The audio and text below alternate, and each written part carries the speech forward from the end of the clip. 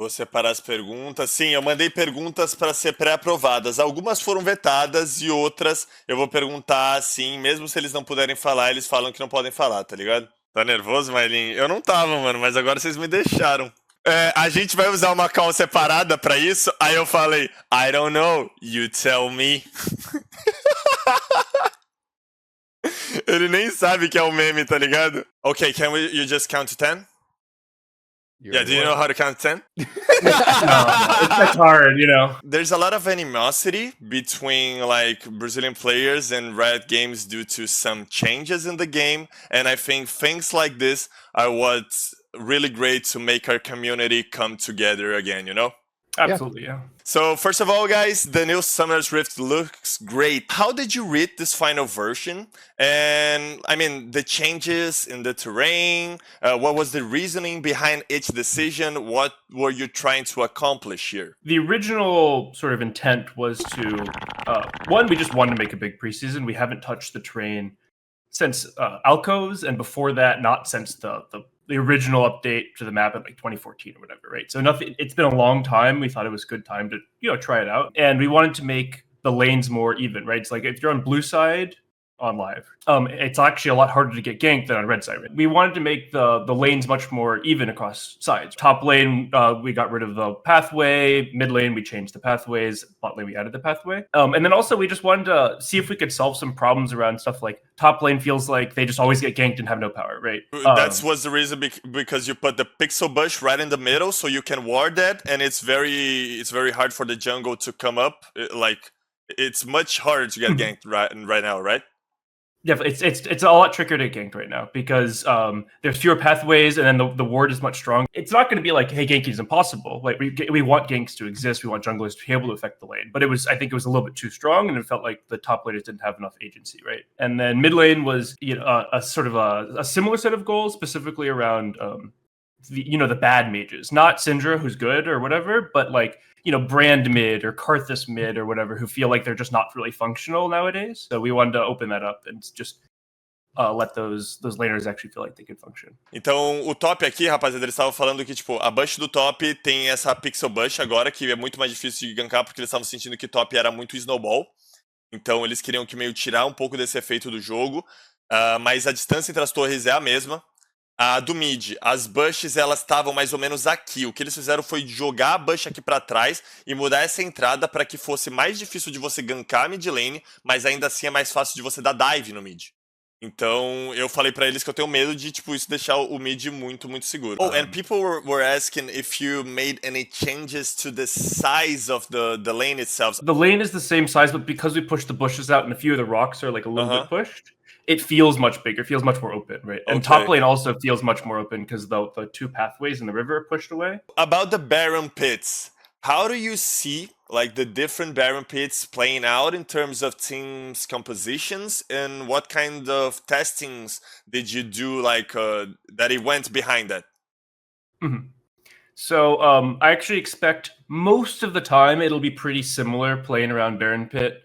Not the same, but similar playing around Baron pit. So it won't be like some characters are worthless, but like, for example, Kiana might like one pit much more than the other because of where the ultimate works. Or Rumble probably loves the long pit because he can just drop his ultimate right in the middle.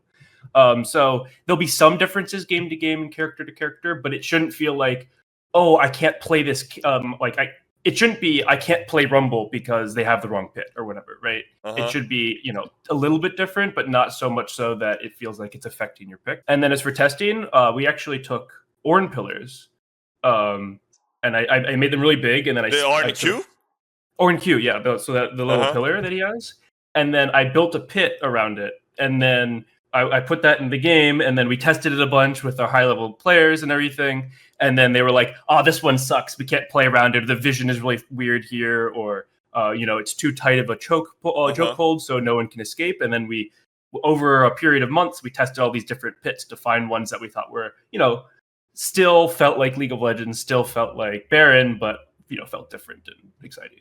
And the Baron itself is still the same, right? Same attacks, same buffs, or does it change? He has one special attack per Baron pit.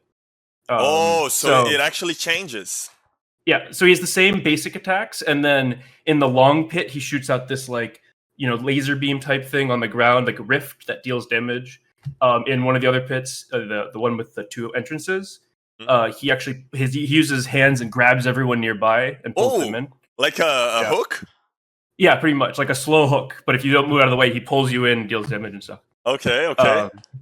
Which I think that one will be a lot of fun. And then the last pit is lightning that falls from the sky at everyone. Okay, I especially like the hook one. It's gonna be a lot of fun doing the thing. Maybe Yasuo can ult on that? I think he might be able to. I'm not sure though. I'll have to look at that. If so, that'd be really funny. That's a good question. Yeah, we have special exceptions for like depending on who hit the blast cone. So I'm not sure if it would count as whose team is it attributed to, which that's a question for when the QA team assigns us a bunch of bugs. This one's good. It's kind of a behind the scenes thing. Like, were there any particular fun ideas or changes on season 14 that you guys ended up like putting away, scrapping? Anything in particular that's very good, like very fun to talk about? Original version of the Baron changes, I actually replaced every single wall in the entire map with the Orn pillars. Okay. And then what happened was when Baron spawned, he would blow up random walls. So like this part of the wall in mid lane or this part of the wall in top lane or whatever would just like, you could walk through it now. So the whole map, when like every game to game was entirely different based on what Baron decided to blow up. It was way too much work for the amount of time we had because I only really tried that like 8 months ago. And so if we wanted to do that kind of change, we would have needed much more time. Also, the way it worked ended up like a lot of the time, there'd just be like random holes in the wall you could hide in that were actually like very weird for vision, or the pathways would be worthless because they were off in the middle of nowhere or whatever. So it needed a lot of work, but the concept of like a map that changes totally game to game was really, really cool. And it was pretty funny to play test. It was also really, the first time we played it, because every Orn pillar is actually a minion, it was really, really laggy because, we had 1,000 minions on the map all trying to do stuff at the same time.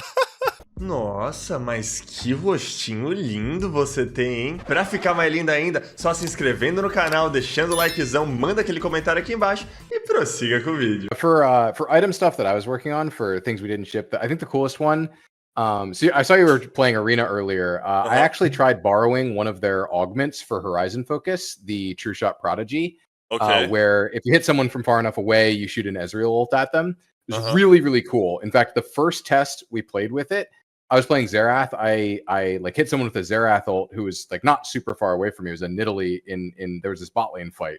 I hit Nidalee, and then I like 4 seconds later I just got a kill on someone that wasn't in the fight. And so I was really confused. The True Shot Barrage just threw it out. Yep. So I look back at the replay, and I had a split pushing Yorick on my team, and there was like a fight going on the enemy base, and my Ezreal ult that I shot out of me to like at the Nidalee, which didn't even hit her, went across the map and killed the Renekton, who I wasn't even aware was low. So we had a few moments like that were really fun.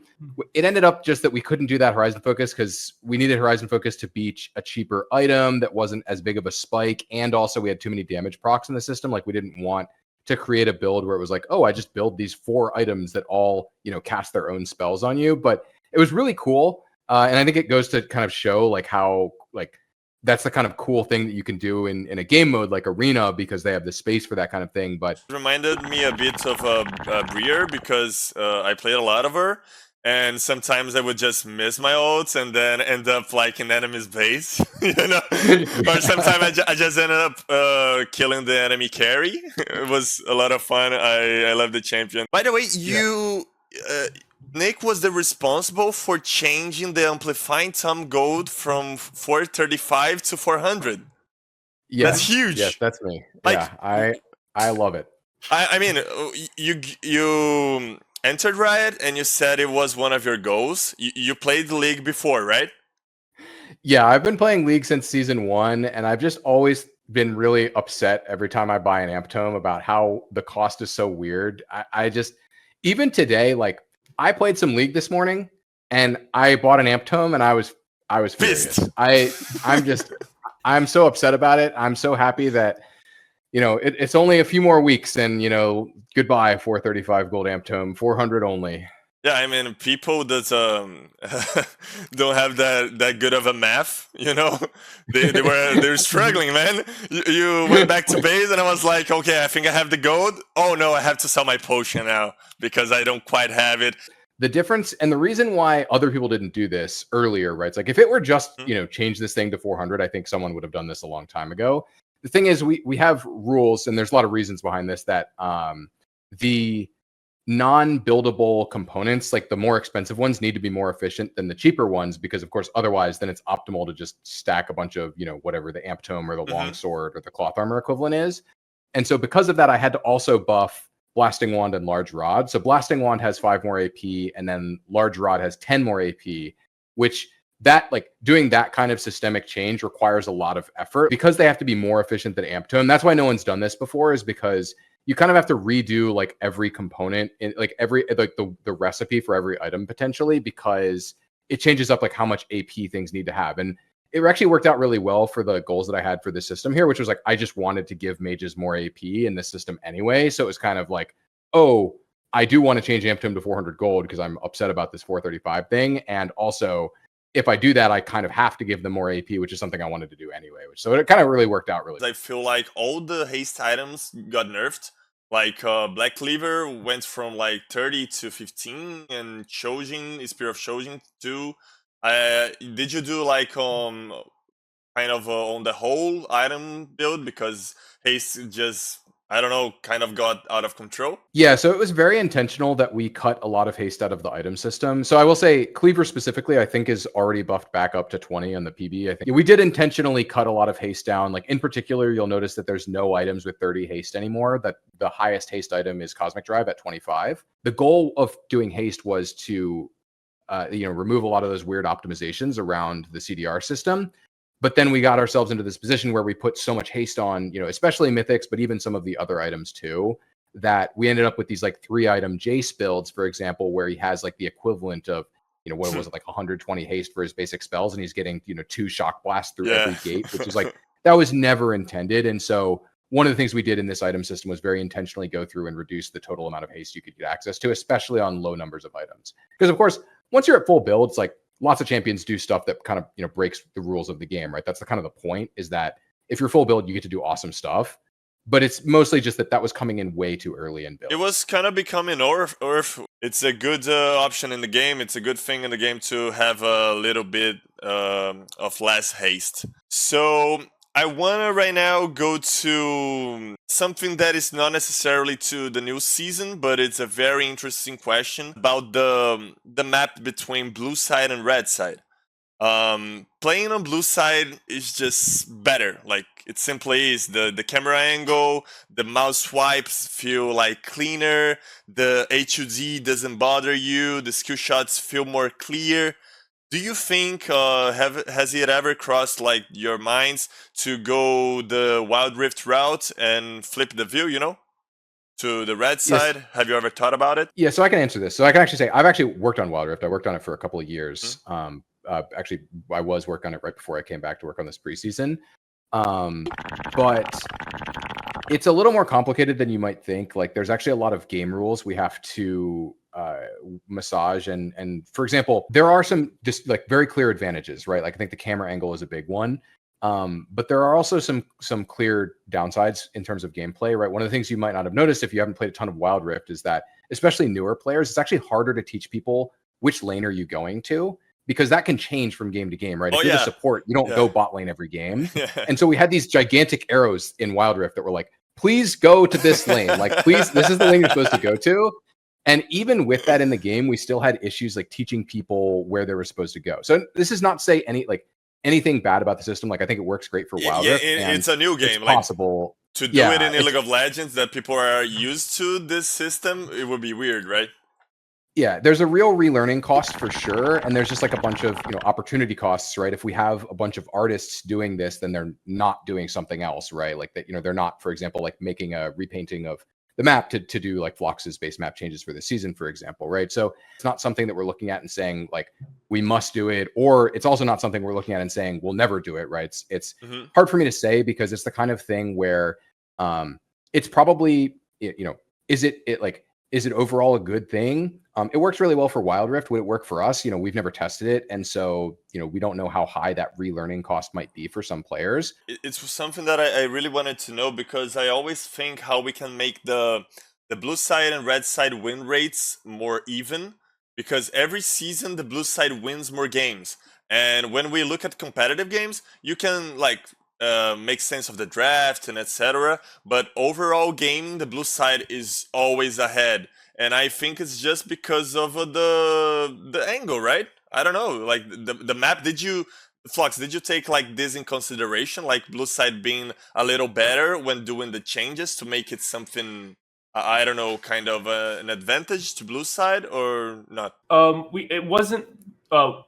We weren't focused on blue side versus red side in the sense of one is already better, even though that's sort of innately true to an extent with how the map is structured, right? It's blue side top lane is just easier to survive on, right? Yeah. I always tell my teammates that I'd rather play a carry on the top side because it's much easier, much harder to die than on the red side that I can get a counter pick. Exactly, and so it's now there are instances in pro play. I can't remember the meta, but there have been metas in which counter pick was super important, so people wanted red side, but those are pretty rare, right? But yeah, overall it was something that we definitely consider in the map, and that's why we made things very parallel, right? It was just top lane, both sides equally hard to gank, right, and so on. But it's not going to be everything is the same now, right? There's still going to be camera angle and path aid and all these other things like that. I know that balancing the games is a hard thing to do. It's one of the hardest tasks in League, mainly because you have to do the same thing for both the beginners and the pros, and it's very different gameplay. Have you guys ever considered separating both, at least doing a different one for players above master and competitive tournaments, and one for people behind that? There's we've discussed this many times, right? This has certainly been a topic of discussion, significantly more than once at Riot. But I think the kind of core reason, I think the primary reason why we don't pursue something like this is because the goal for pro play in League is actually that it's aspirational, that when you see Faker make an insane play on Azir, that you can make that exact same play in your game, even if you might not have the hands to execute that play.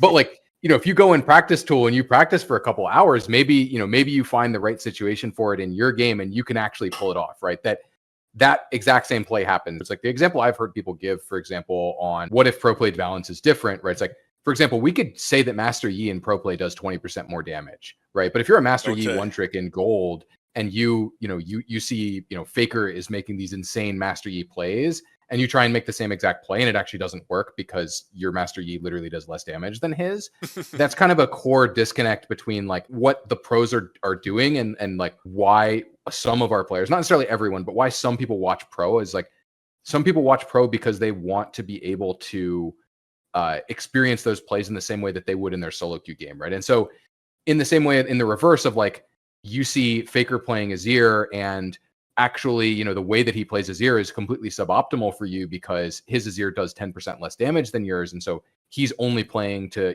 shuffle and for utility and for the laning pressure, but you should actually just play him as a carry. Those kind of disconnects, they make pro play not aspirational, right? Having those core differences between the games. And this is for better or for worse, right? We know that this costs us, right? In terms of balance, in terms of, we have to compromise on balance sometimes because we balance both for the average player and for pros at the same time. And there are compromises that have to be made. Sometimes we just have champions that are just not going to be good for the average player because they're really powerful in pro. So you decided, right, kind of to do on this time of the season, we don't have much tournaments. It's not as hot in the competitive scene. We're going to balance a little more towards solo queue, towards casual play. And then when things get hard on the tourneys, you kind of focus towards that, right? We do have some kind of cyclical tendencies here where, this is the world's patch. And so we tend to focus more on pro on that patch, for example, or this is the MSI patch or whatever. And we focus more on pro on those patches.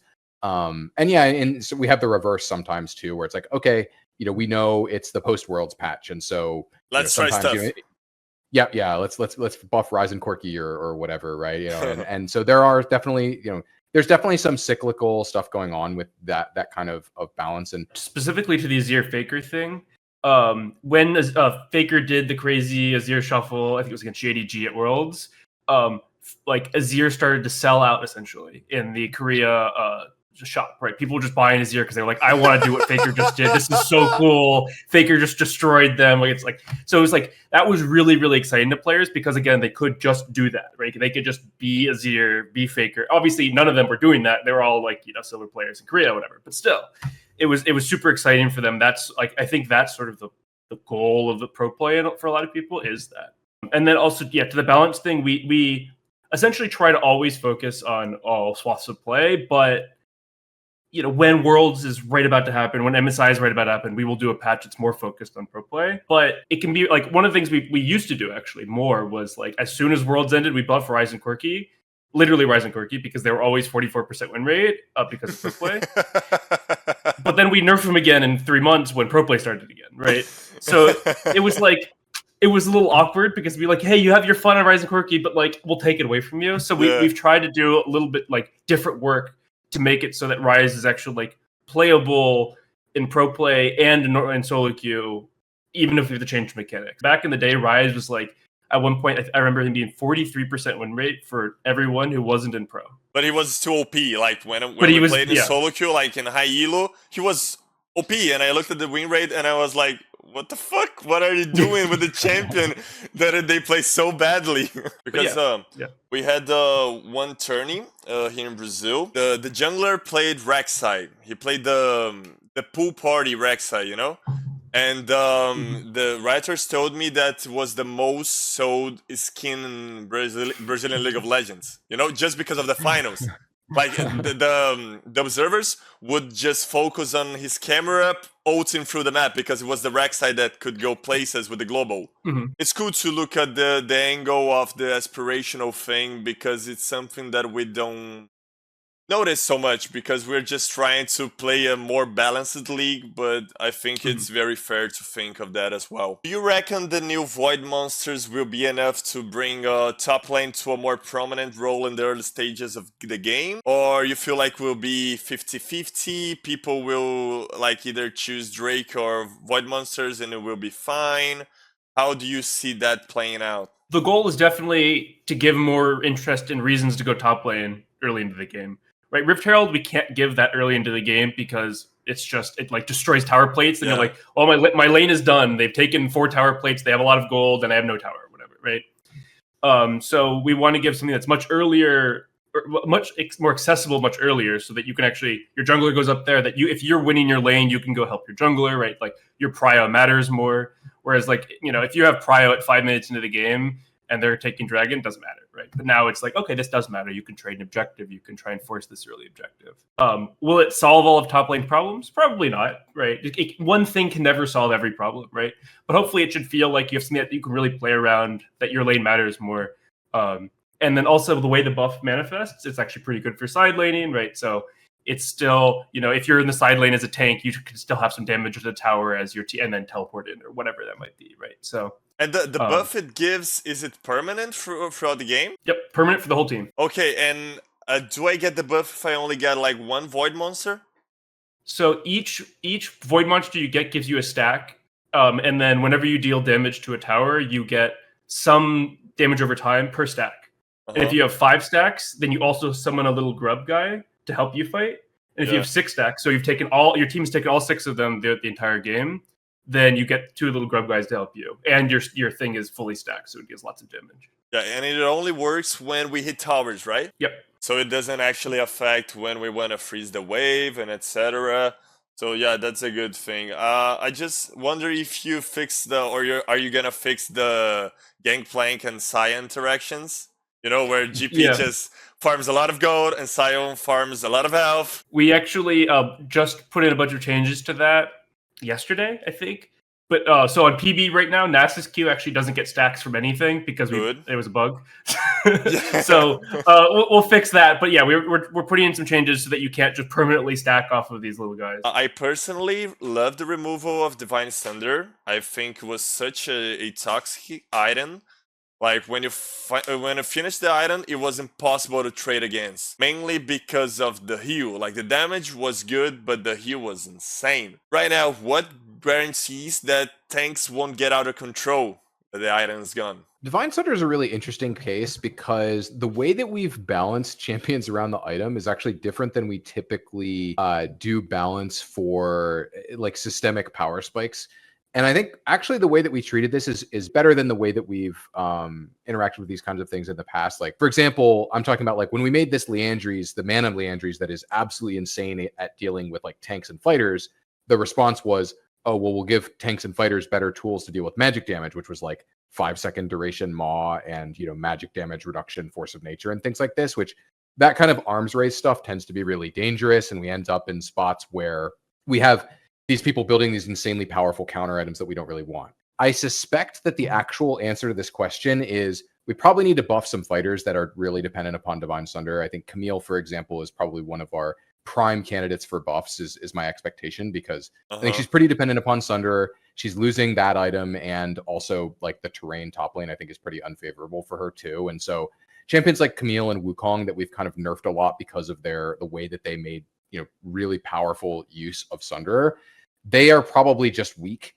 overall, not just against tanks, but just weak. The Triforce is still the same? So Triforce is very similar. It doesn't have the threefold strike passive, the like stacking base AD based on how many hits you've gotten on towers or champions recently, but it's similar to the like old pre-mythic Triforce. Anytime we do a huge systemic change like this, you know, remove items, add items, you know, change the balance, you know, the tuning, the numbers on a bunch of different items, we know going in that like there's going to be champions that are going to be OP. The way that Divine Sunder checkmated people on one item, we just believe was not healthy for the game. And so removing that is just, we think it's better, even if that means that we have to go change 10 champions, right? Like even if that means that we have to go spend a bunch of time retuning a ton of champions afterwards, we would much rather live in a world where we do those balance changes, but we don't have Divine Sunder in the game. I want to ask like about Terminus as well. That's the name of the item, the new item with the attack speed thing, that it also gives the resistances and the armor and magic penetration. This item might be a problem because few champions can actually use that, such off the top of my head like Action, KO. So it might become a problem because you might have a really strong item that can only be used for just niche champions, really. How do you think this is gonna play out? Do you feel like that too? Do you think it's gonna be fine? I have a suspicion that we're going to need to push some of the so every item has levers, right? Like numbers on it. This is one of the criticisms of Zhonya's, for example, is that it has like almost no ways for us to tune it. It's because like changing the duration is really hard, right? Terminus, on the other hand, I think does have a lot of levers. For example, it has level scaling on the resistances. You know, if this is a problematic first item because Kale and Akshan are too tanky when they buy Terminus and they stack it up, we can just say, hey, this thing doesn't give very many resistances until late in the game. And that makes it like a second or a third item where it's totally okay if they have access to those resistances, right? It does do a lot of things, right? I will say up front, it's like we haven't really experimented a ton in the on-hit space, overall. And so this is kind of us trying something out.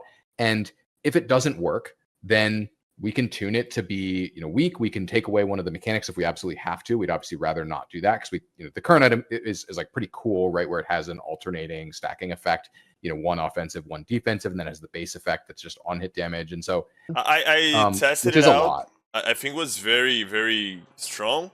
But once I finished Ginso, there was a bug that Ginso was not working. So so guys, help me out.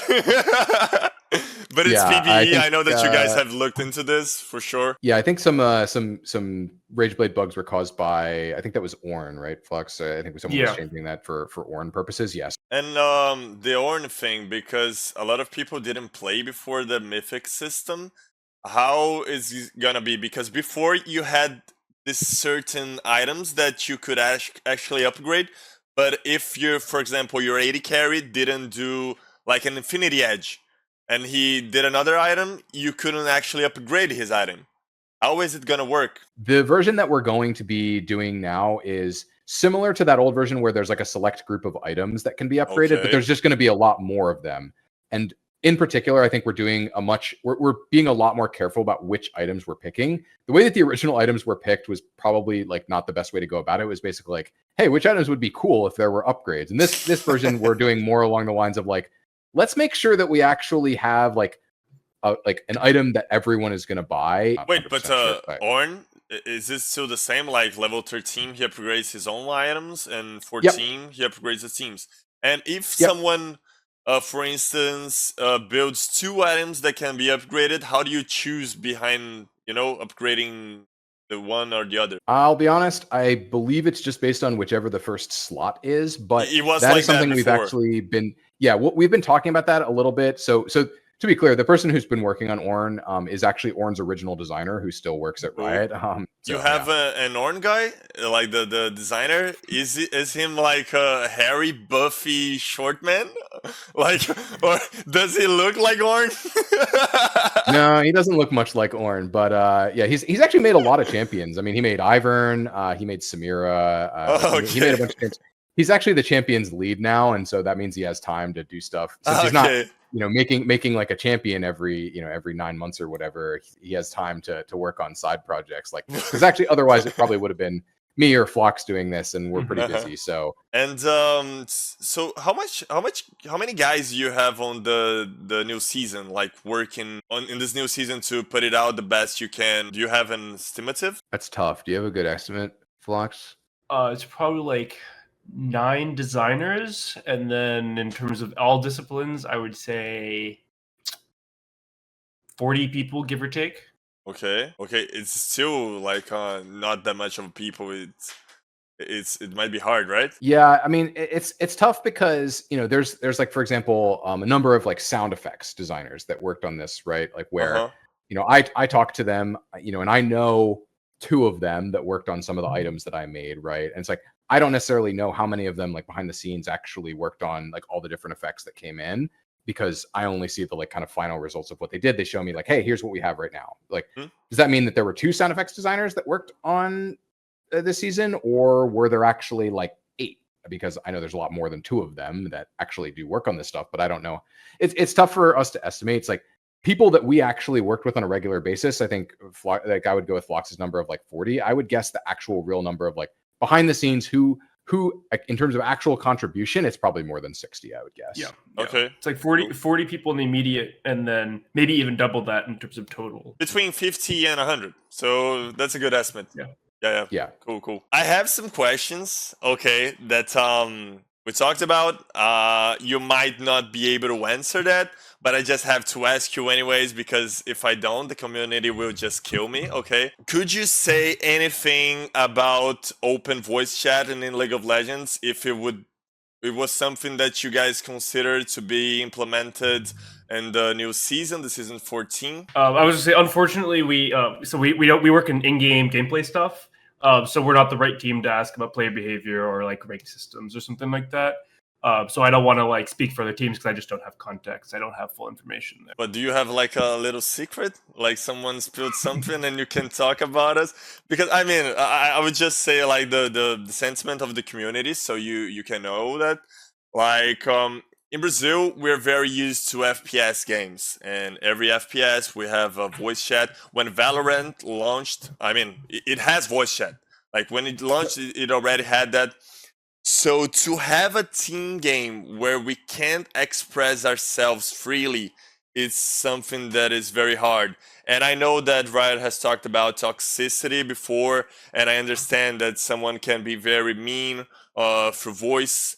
But I also see the angle of humanizing people. When you're playing with someone and they're just typing in game, you feel like you're playing with a robot. You sometimes don't remember that is actually a human being playing with you. So when you hear the voice, you can actually sympathize with them when they are having a hard time. Like the voice can show a lot of emotions. So I just want to tell you guys that the Brazilian community, especially, I know that the abroad as well, but Brazil in special is looking very forward to this change if it would happen. And if I could give any suggestions, because I know that Riot is watching this, like try something like Diamond Plus, Master Plus. If you want to try it only on Brazilian server, we're open to that. We can give our consent, okay? Yeah, it's feedback we can pass along. Like we can talk to those teams. It's just we don't work there, so it's very hard for us to know like even what the factors they're considering or what they're thinking about. Yeah, so I totally it's respect not that. our area. Yeah, I had the other question about duo queue, but it's not your guys' work, right?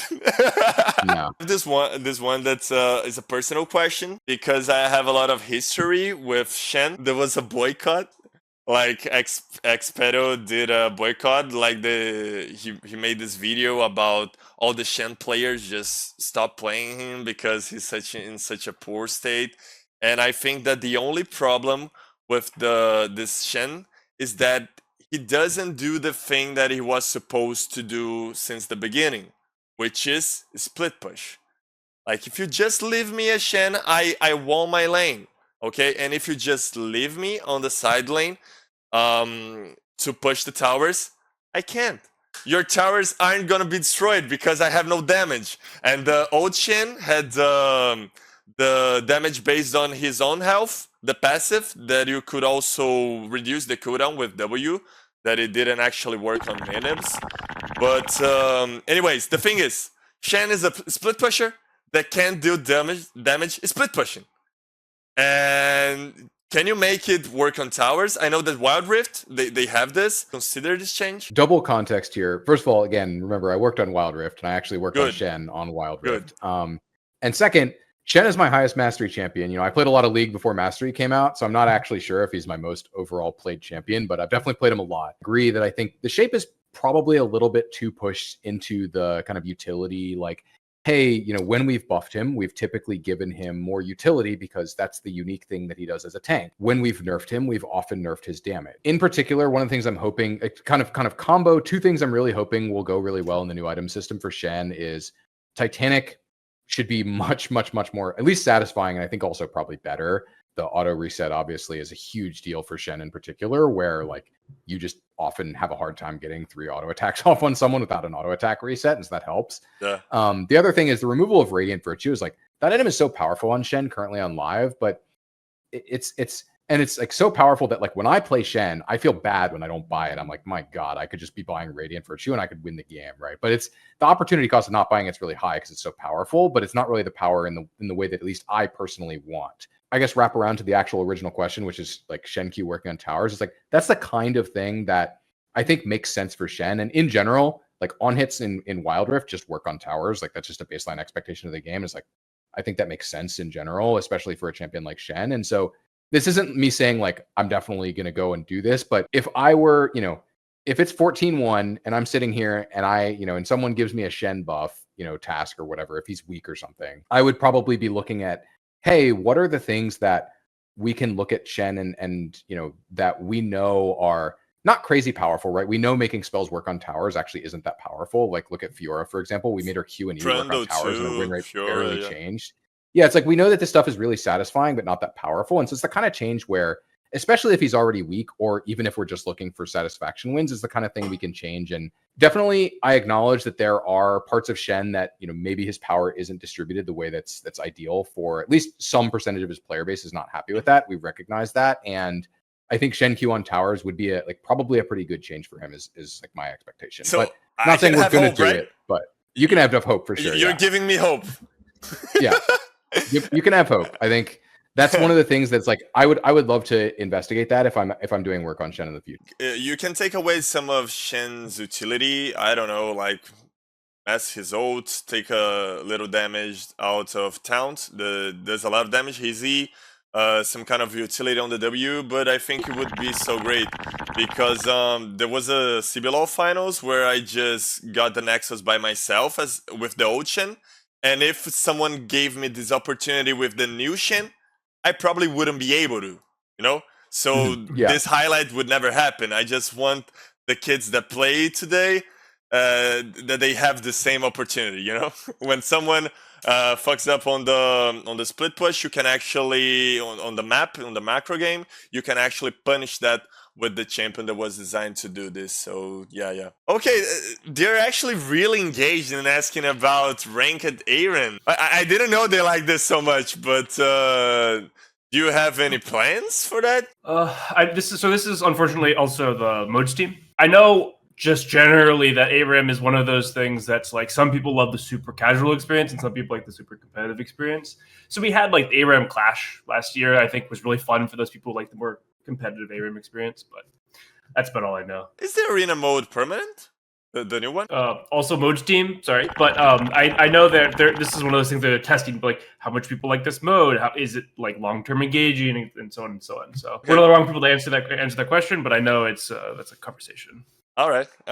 When we talk about voice chat and duo queue, we will be there. So thank you guys, and till the next time. Cool. Thank you much. Bye. See ya.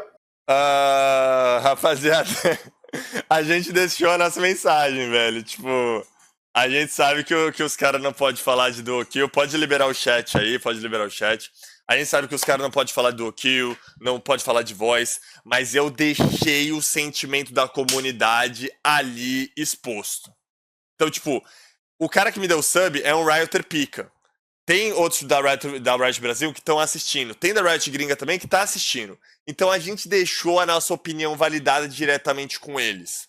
Isso daí eu fiz porque não tinha como, mano. Tipo, eu não posso perguntar a parada, mas eu ainda tenho que passar a mensagem.